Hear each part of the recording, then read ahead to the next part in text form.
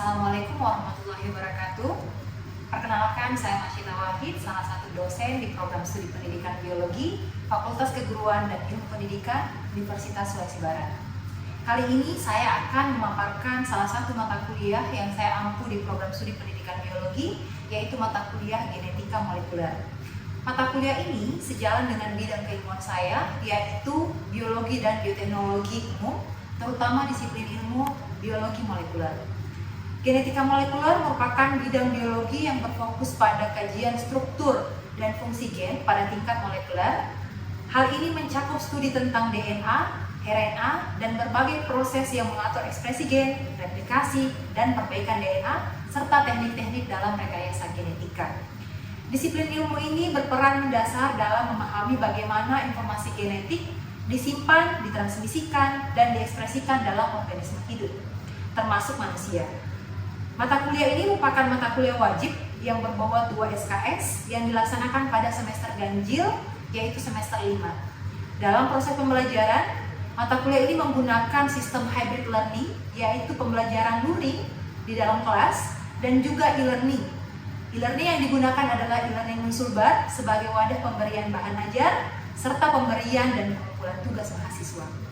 Adapun CPMK pada mata kuliah ini adalah pertama, mahasiswa mampu mengevaluasi dan menganalisis konsep-konsep dalam ilmu genetika molekuler, yaitu ruang lingkup ilmu genetika molekuler, struktur molekuler asam nukleat, yaitu DNA dan RNA, pengorganisasian genom, replikasi, transkripsi, translasi, ekspresi gen prokariotik dan eukariotik, mutasi dan perbaikan DNA, cloning DNA, dan prinsip-prinsip polymerase chain reaction atau PCR.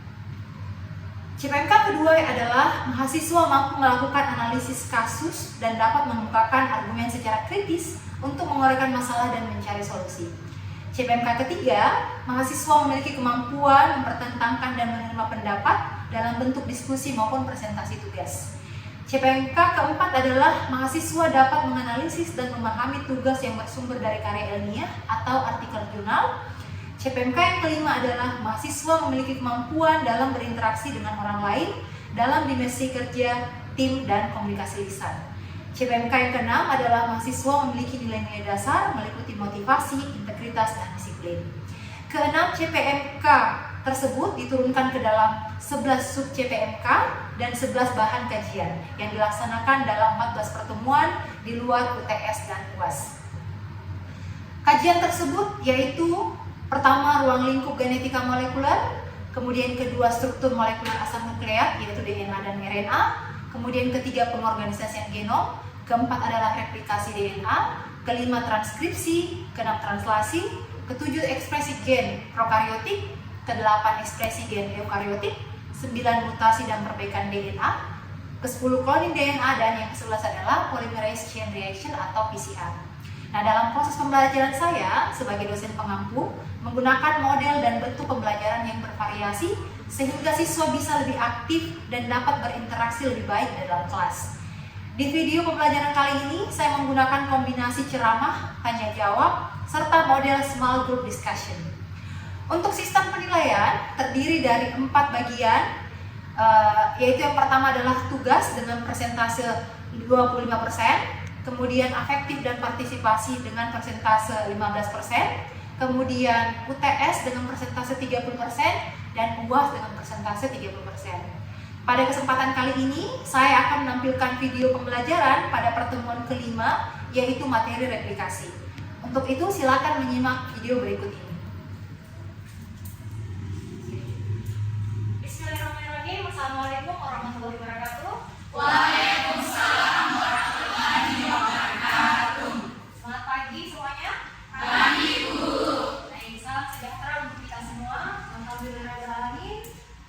Pada pagi hari ini kita masih diberi kesehatan dan kesempatan untuk melaksanakan perkuliahan pada mata kuliah genetika molekuler. Ya, jadi hari ini merupakan pertemuan kelima ya untuk mata kuliah genetika molekuler. Sebelum Ibu lanjut pembelajaran, Ibu mau ngecek kehadiran dulu ya.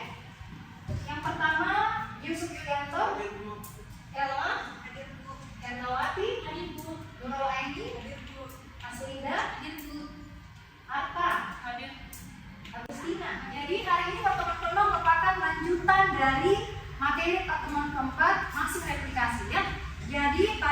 pertemuan keempat kemarin, kita telah menyelesaikan beberapa tujuan pembelajaran.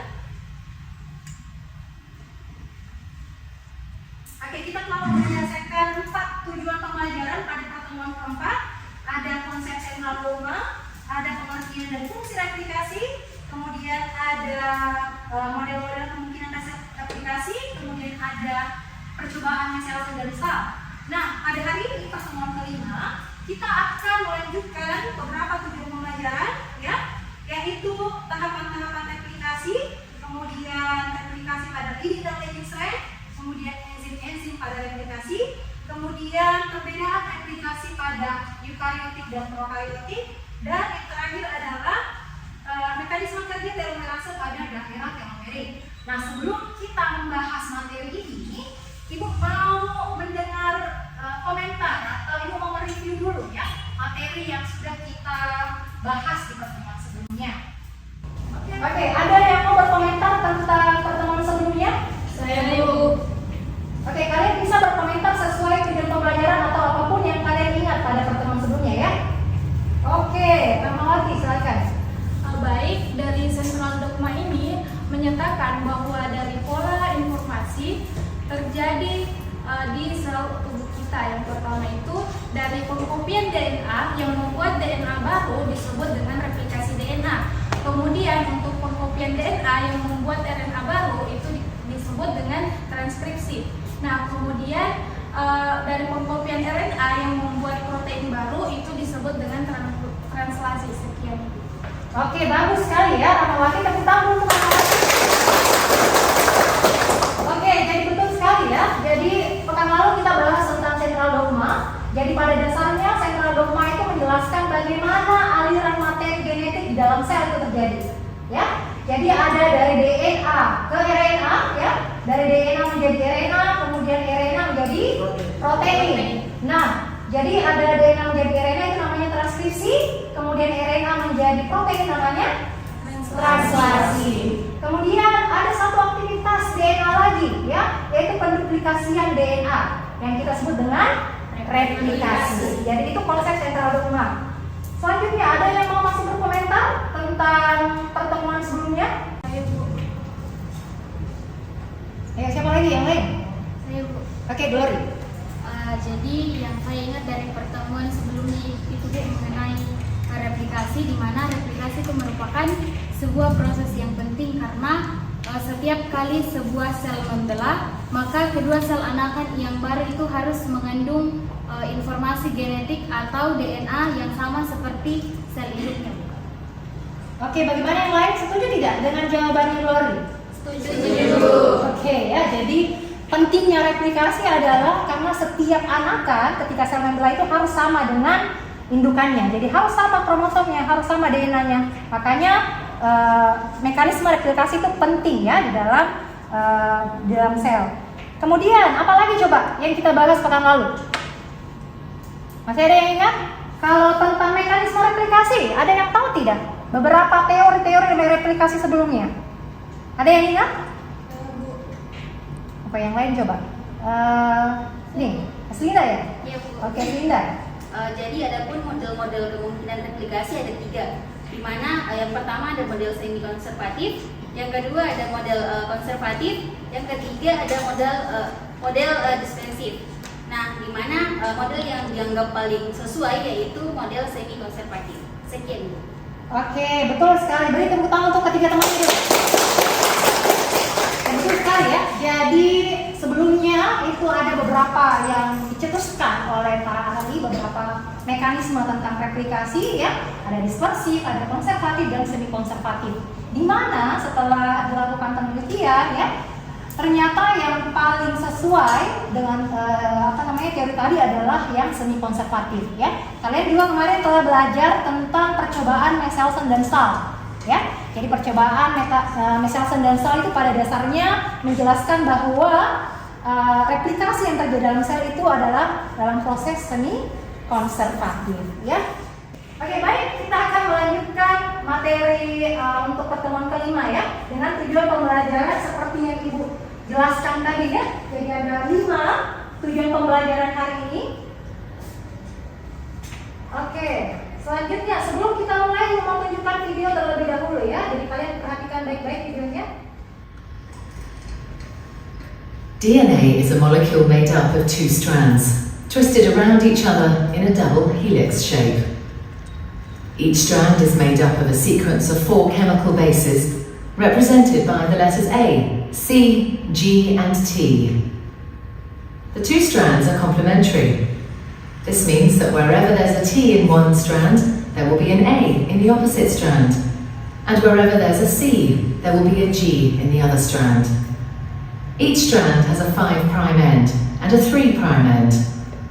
The two strands run in opposite directions. This determines how each strand of DNA is replicated. The first step in DNA replication is to separate the two strands. This unzipping is done by an enzyme called helicase and results in the formation of a replication fork. The separated strands each provide a template for creating a new strand of DNA. An enzyme called primase starts the process. This enzyme makes a small piece of RNA called a primer. This marks the starting point for the construction of the new strand of DNA. An enzyme called DNA polymerase binds to the primer and will make the new strand of DNA.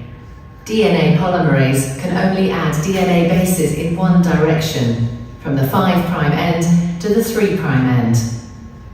One of the new strands of DNA, the leading strand, is made continuously, the DNA polymerase adding bases one by one in the 5' to 3' direction. This strand in a series of small chunks called Okazaki fragments.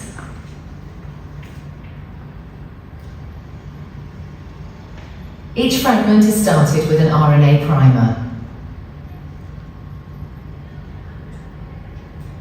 DNA polymerase then adds a short row of DNA bases in the 5' to 3' direction.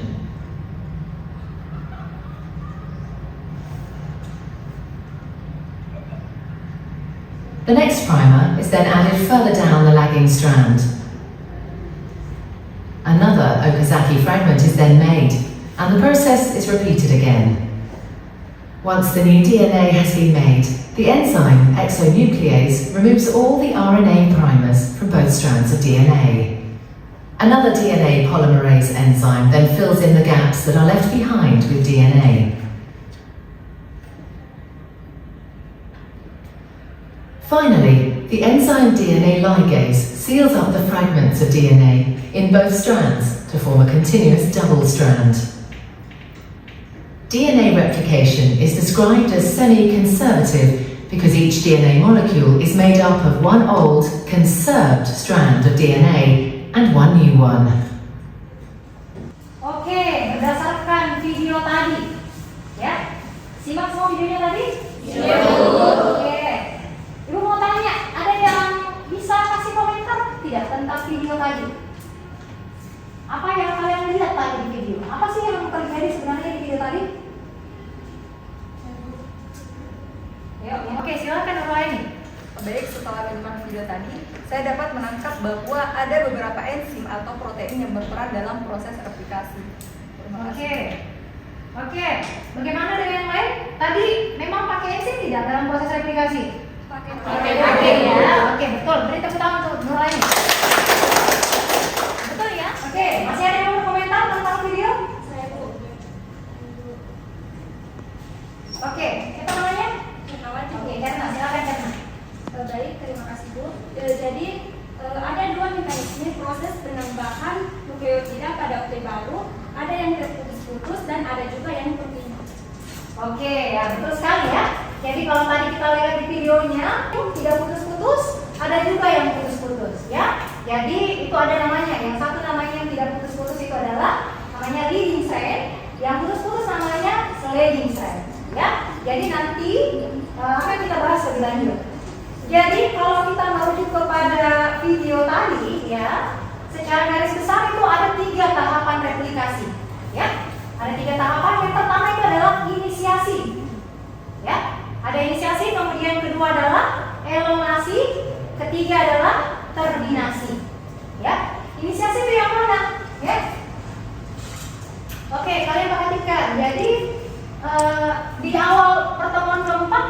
sempat menjelaskan ya bagaimana proses inisiasi terjadi. Jadi ada titik pada strand atau pada DNA yang kita sebut dengan titik ori. Masih ingat?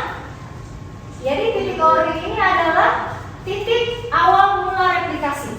Ya. Jadi karena pada dasarnya replikasi itu adalah pembukaan untai DNA parental, kemudian nanti akan terbentuk untai baru di setiap untai parental yang lama. Jadi parental lama itu jadi template atau cetakan. Ya. Nah, jadi inisiasinya bagaimana? Inisiasinya tentu dibuka dulu ya. Kita butuh buka dulu si untai double helix atau untai double strand tadi. Oke? Jadi bagaimana caranya? Kalau kalian perhatikan di video ini ada di slide ini ada dua gambar, ada yang sebelah kanan, ada yang sebelah kiri, ya. Sebelah kanan sana itu adalah DNA yang sirkular. Masih ingat DNA sirkular? Ingat. Oke, DNA sirkular itu DNA pada prokaryotik. Contohnya prokaryotik apa? Bakteri. Oke, baik. Kemudian di sini ada DNA yang linear. Ya. Nah, kalau kalian perhatikan, kalau DNA sirkular itu punya satu titik ori. Ya. Kemudian DNA linear punya banyak titik ori. Ya, seperti ini. Oke? Jadi sirkular biasanya itu hanya punya satu titik ori, origin of replication. Kemudian yang linear karena ukuran DNA-nya biasanya lebih besar, kromosomnya lebih besar, sehingga untuk menyelesaikan replikasi dia butuh titik ori yang lebih banyak dibandingkan prokaryotik. Ya. Jadi ini untai DNA. Ya. Yang warna hijau itu adalah titik ori. Jadi sebenarnya titik ori itu adalah sequence, ya. Jadi titik ori itu adalah sequence atau urutan nukleotida yang biasanya terdiri dari banyak AT, kaya akan AT, ya, kaya akan adenin dan timin dibandingkan guanin dan sitosin. Betul sekali. Ada yang masih ingat kemarin kita belajar tentang struktur DNA, ya? Kalau AT berapa ikatan hidrogennya? AT dua ikatan hidrogen, bagus sekali. Kalau GC berapa ikatan hidrogennya? 3, ya. Jadi by nature secara alamiah kalau banyak AT-nya berarti lebih mudah diputus, toh lebih sedikit energi yang digunakan, ya. Makanya pada titik ori itu banyak kandungan AT-nya dibandingkan GC-nya. Nah, setelah itu apa yang terjadi? Ya, titik ori ini akan dikenali oleh protein. Nama proteinnya adalah protein inisiator. Ya, jadi ada protein namanya protein inisiator. Fungsinya apa? Mengenali titik ori. Ya, dikenali titik ori. Setelah dikenali seperti ini, maka ada enzim. Struktur antara titik ori dan protein inisiator itu nanti dikenali oleh enzim helikase. Ya, tadi muncul di video enzim helikase fungsinya adalah membuka untai DNA. Yang dia lakukan adalah dia putus ikatan hidrogen sehingga untai DNA terpisah. Ya, dan bisa dilanjutkan ke proses replikasi selanjutnya. Intinya dibuka dulu, inisiasinya dibuka dulu untai DNA-nya, ya. Paham sampai di sini? Paham. Oke, kita lanjutkan. Jadi ini contohnya ya, sebuah titik ori. Titik ori pada DNA sirkular seperti ini. Satu saja ya. Oke. Nah, kalau di DNA linear, DNA pada eukariotik itu biasanya banyak titik ori. Nah, jadi ini kalau kalian perhatikan dia membuka ya. Dia membuka DNA-nya.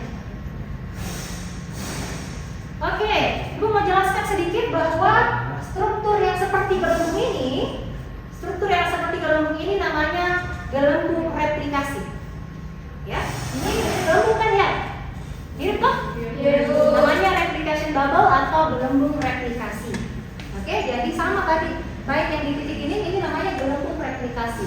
Nah, satu gelembung replikasi itu kita bisa lihat ada dua titik seperti ini. Titik ini kita sebut dengan replication fork atau garpu replikasi. Ya, garpu. Jadi mirip nanti modelnya garpu kalau kita bikin seperti diagram ya. Jadi kalian perhatikan, jadi ini arah membukanya si DNA itu dua arah. Ya, berlawanan arah. Satu ke sini, satu ke sini. Jadi ada dua garpu replikasi di sini. Ya, dalam satu gelembung replikasi ya. Nah, setelah dibuka, apa yang terjadi setelah dibuka? Jadi tadi yang membuka adalah enzim helikase. Ya, enzim helikase fungsinya tadi memutus ikatan hidrogen antar dua untai DNA double helix ya. Kemudian apalagi? Ada protein lagi namanya SSBPS atau single stranded DNA binding proteins. Ya, disingkat SSBPS. Oke. Setelah Ibu menjelaskan tadi, apakah ada yang belum dipahami atau ada yang mau ditanyakan? Saya Bu. Belum yang ditanya ya. Oke, silakan Bu Afia. Oke baik Bu, jadi pertanyaan saya adalah boleh dijelaskan kembali Bu apa fungsi dari primer tadi? Oke, sebelum Ibu jawab apa fungsi primer, ya? Ada yang tahu tidak primer itu apa? Saya Bu. Oke, kamu Ati silakan. Jadi primer itu adalah RNA pendek Ibu. Oke, betul ya. Primer itu adalah RNA pendek ya. Primer itu RNA pendek. Kalau tadi kalian perhatikan di slide sebelumnya, ini ada RNA ya yang dipasangkan sebelum DNA polimerase itu bekerja. Jadi DNA polimerase itu tidak bisa bekerja langsung mensintesis DNA, ya. Dia butuh nukleotida sebelumnya. Dari mana nukleotidanya? Dari RNA yang disintesis oleh primase. Jadi primase tadi mensintesis RNA yaitu nukleotida pendek sebagai awalan. Jadi fungsinya adalah sebagai awalan untuk DNA polimerase bisa melakukan pemanjangan atau elongasi. Ya. Oke, karena sudah tidak ada yang bertanya, Ibu akan membagi kalian ke dalam 3 kelompok kecil ya. Yang kelompok kecil nanti Ibu akan bagi materinya. Yang pertama, jadi di sini kelompok 1, di sini kelompok 2, di sini kelompok 3 ya. Jadi kelompok 1 nanti kalian akan bahas tentang enzim-enzim yang digunakan dalam proses replikasi. Jadi nanti kalian lihat enzim-enzim yang digunakan dalam proses replikasi baik itu pada prokariotik dan eukariotik.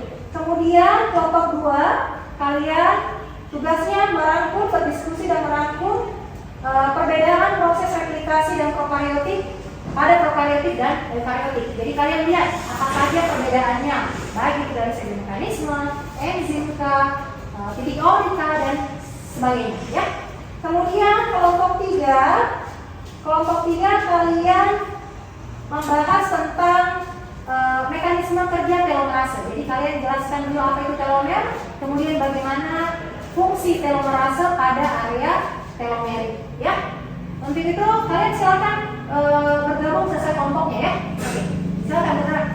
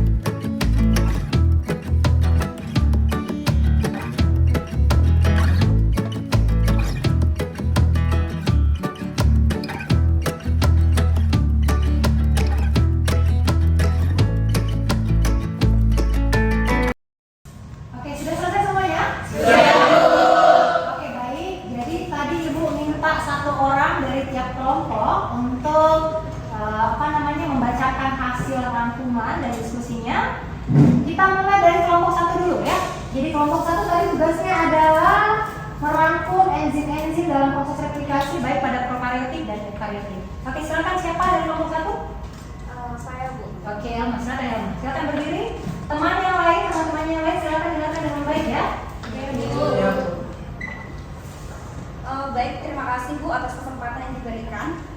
Saya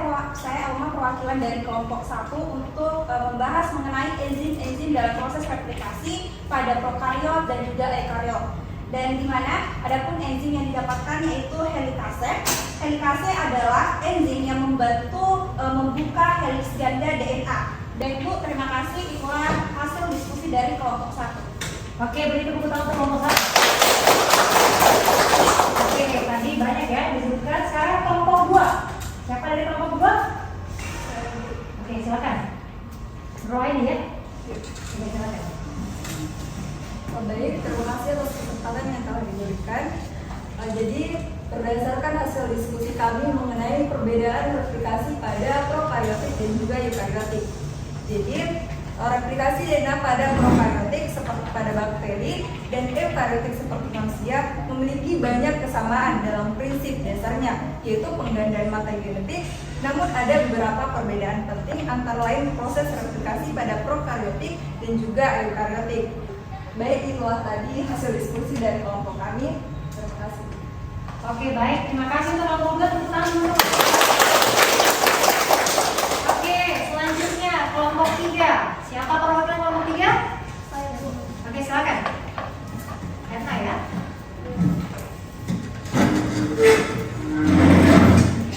Baik, terima kasih atas kesempatan yang diberikan kepada saya. Perkenalkan, nama saya Nurmawati dari perwakilan kelompok 3 yang akan menjelaskan mekanisme kerja telomerase pada area telomerik.